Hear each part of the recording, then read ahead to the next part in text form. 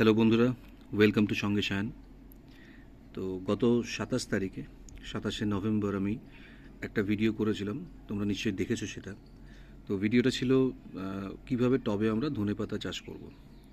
তো সেই দিন আমি বীজ কিভাবে টবের মধ্যে লাগাতে হয় সেটা আমি তোমাদের দেখিয়েছিলাম। তারপর বলেছিলাম আমি টাইম টু টাইম আপডেট দিতে থাকবো। তো আজকে দেখো 5 তারিখ, 5 ডিসেম্বর, মানে প্রায় 8 দিন হয়ে গেল। তো 8 দিন পর দেখো এখন এই হচ্ছে চারাগুলোর অবস্থা।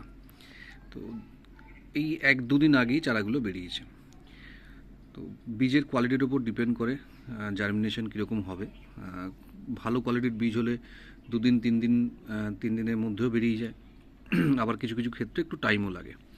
তার উপরে ওয়েদার কন্ডিশনেরও ব্যাপার আছে, এবং কিভাবে বীজটা আমরা বসাচ্ছি, কোন মিডিয়াতে বসাচ্ছি, এই সমস্ত কিছু ম্যাটার করে। ভালো দানা দরকার আমাদের। ভালো গাছের জন্য কয়েকটা ব্যাপার আমাদের মাথায় রাখতে হয়।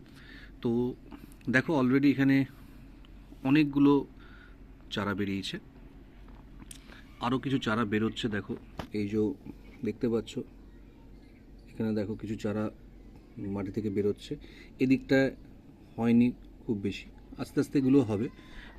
এবার যেগুলো দেখো উপরে রয়ে গেছে, কিছু কিছু দানা উপরে রয়ে গেছে, সেগুলো কিন্তু ঠিকঠাক করে জার্মিনেট হবে না। তাই সবসময় চেষ্টা করতে হবে যেখানে বসাবে অন্তত মাটিটা যেন ভালো থাকে, এবং মাটির উপরে একটা লেয়ার বানিয়ে দিতে হবে যাতে বীজগুলো ঢাকা থাকে। খোলা থাকলে কিন্তু ভালো জার্মিনেশন হবে না, কারণ প্রথম কথা হচ্ছে ঠিকঠাক করে গাছ তৈরিও হবে না। আর একটা ব্যাপার হচ্ছে অনেক সময় পাখিতে ওই বীজগুলো খেয়ে নেবে দানাগুলো। তো সেক্ষেত্রে একটু একটা লেয়ার, সফট লেয়ার বানিয়ে দিতে হবে, পাতলা একদম। তো এরপর যেটা আমাকে করতে হবে সেটা হচ্ছে আপাতত এই গাছগুলোতে আমরা সপ্তাহখানেক জল দেবো শুধু। এবং জল দেওয়ার নিয়মটা আমি তোমাদের বলে দিই।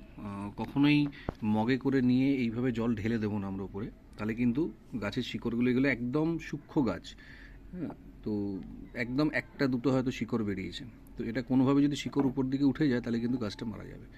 তো এখন একটু যত্ন করে রাখতে হবে অন্তত একটা সপ্তাহ। তার এক সপ্তাহের মধ্যে কিন্তু গাছ অনেক বড় হয়ে যাবে। তো এখন কোনো রকম সার আমরা দেবো না, কোনো রকম উপর থেকে জল দেওয়া বা সরিষার খোল দেওয়া কিচ্ছু দেবো না। মাটিতে যা আমার ভার্মি কম্পোস্ট দিয়ে আমি বানিয়েছিলাম, তোমাদের বলেছিলাম, তো এর মধ্যে সার আছে। এখন সার দেওয়ার কোনো প্রয়োজন নেই, আর কেমিক্যাল সার তো দেওয়াই যাবে না, কারণ এটা আমি খাবো। তো সেক্ষেত্রে এবার আমরা কি করব, শুধুমাত্র জল নিয়ে জলের ছিটা দেব, মাটিটাকে জাস্ট ভিজে রাখবো, একবারে ডুবিয়ে দেবো না। হালকা হালকা জল নিয়ে প্রত্যেক দিন ছিটে দেবো, এবং প্রতিদিন রাতে যেন মানে একদম শিশিরটা পায়। ছাদে থাকলে একদম খোলা ছাদের নিচে রাখা হবে যাতে পুরো শিশিরটা পায়। তাহলে কিন্তু গাছটা খুব ভালো হবে, যেহেতু শীতের সবজি এগুলো।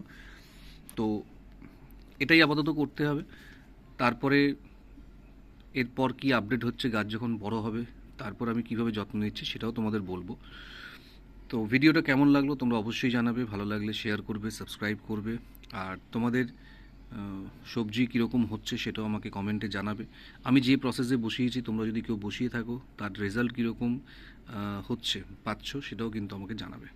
তাহলে আজকের জন্য এটুকুই, আবার দেখা হচ্ছে খুব তাড়াতাড়ি নতুন আর একটা ভিডিও নিয়ে।